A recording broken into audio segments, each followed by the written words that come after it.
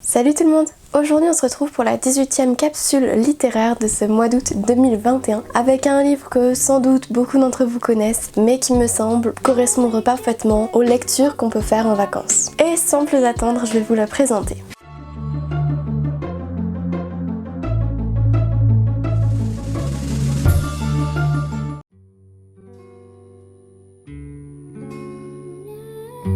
Il s'agit du coup de Hunger Games de Suzanne Collins. C'est un roman jeune adulte, dystopie, dans lequel on va se situer donc au sein des États-Unis mais dans un futur plutôt lointain où justement les États-Unis n'existent plus en tant que tels mais sont connus sous le nom de Panem. Le pays de Panem est divisé en plusieurs districts dans lesquels chaque district se concentre sur un secteur d'activité en particulier. Donc ça peut être le charbon, ça peut être les cristaux il me semble. Et tout ce beau monde va s'organiser de cette façon avec au centre même de ce Panem ce qu'on appelle le Capitole où tous les pouvoirs, où les dirigeants se situent et où les personnes riches aussi accessoirement. Chaque année va s'organiser une espèce de jeu télévisé qui est censé rappeler à chaque district la puissance du Capitole et payer donc une rébellion d'un énième district qui aurait disparu il y a très longtemps. Pour ces jeux, chaque année, 12 personnes sont envoyées au sein d'une arène afin de s'affronter et pour qu'il n'en reste plus qu'un. Ces 12 garçons et ces 12 filles sont sélectionnés dans chaque district et ça va être notamment le cas de Katniss qui va, pour sauver sa sœur, décider de proposer volontairement sa candidature afin d'éviter donc à sa sœur d'avoir de fortes chances de se faire tuer. Elle n'est pas seule là-bas puisque comme je le disais, pour chaque district il y a un garçon et une fille qui sont envoyés au sein de l'arène et elle va se retrouver avec un certain Peeta Mellark avec qui elle a eu quelques relations par le passé. Tout le reste de l'histoire va donc se situer au sein de l'arène où un combat acharné va se jouer entre chaque tribu pour avoir la dernière place et devenir le vainqueur des Hunger Games.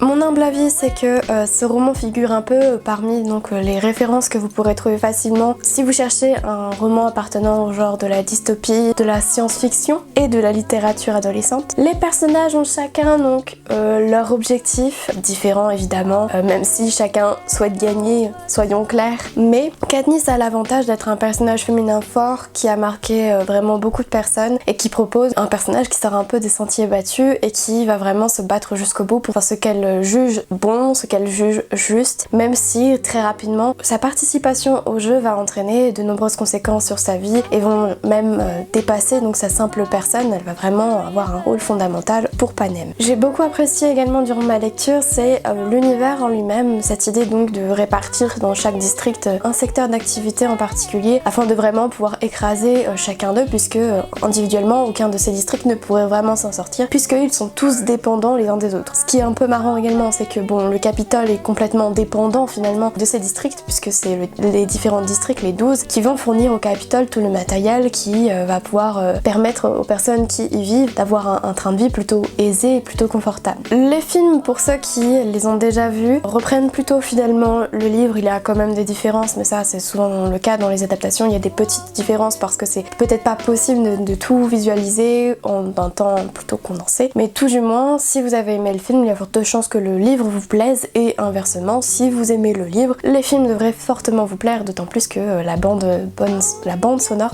est plutôt cool. Il me semble que c'est une lecture susceptible de vous plaire pour les vacances parce que comme beaucoup d'autres livres que j'ai pu présenter jusqu'à maintenant, ça va être une lecture qui va vous dépaysager complètement, vous allez presque oublier donc la réalité autour de vous, vous allez voyager et en même temps peut-être un peu réfléchir puisque parfois on peut avoir quelques petites pistes de réflexion. Les personnages peuvent être touchants, notamment certains en particulier dont je ne dirai pas le nom, mais certains vont plus marquer le lecteur que d'autres et vont apporter leur lot d'émotions. Et puis même les rebondissements sont plutôt bons et le rythme même de l'histoire est plutôt agréable. Il y a quand même une certaine dynamique, les actions s'enchaînent plutôt bien, les chapitres sont courts ce qui va imposer un certain rythme également à notre lecture. En bref, on a tous les ingrédients réunis pour former un très bon livre et également une très bonne saga puisque c'est une trilogie. Sur ce, moi je vais finir cette capsule littéraire parce que je pense que c'est vraiment un livre que beaucoup de personnes connaissent et que j'ai pas envie d'en dire trop non plus parce que j'ai pas envie de gâcher trop le suspense et la surprise. Évidemment, si vous avez apprécié la vidéo, je vous encourage vivement à laisser un like, un commentaire, voire même à partager histoire de me soutenir et que je puisse bénéficier d'une meilleure visibilité sur la plateforme de YouTube. Et sur ce, moi je vous dis à très bientôt pour de prochaines capsules.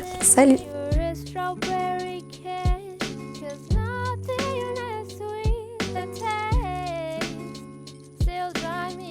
Crazy Aye.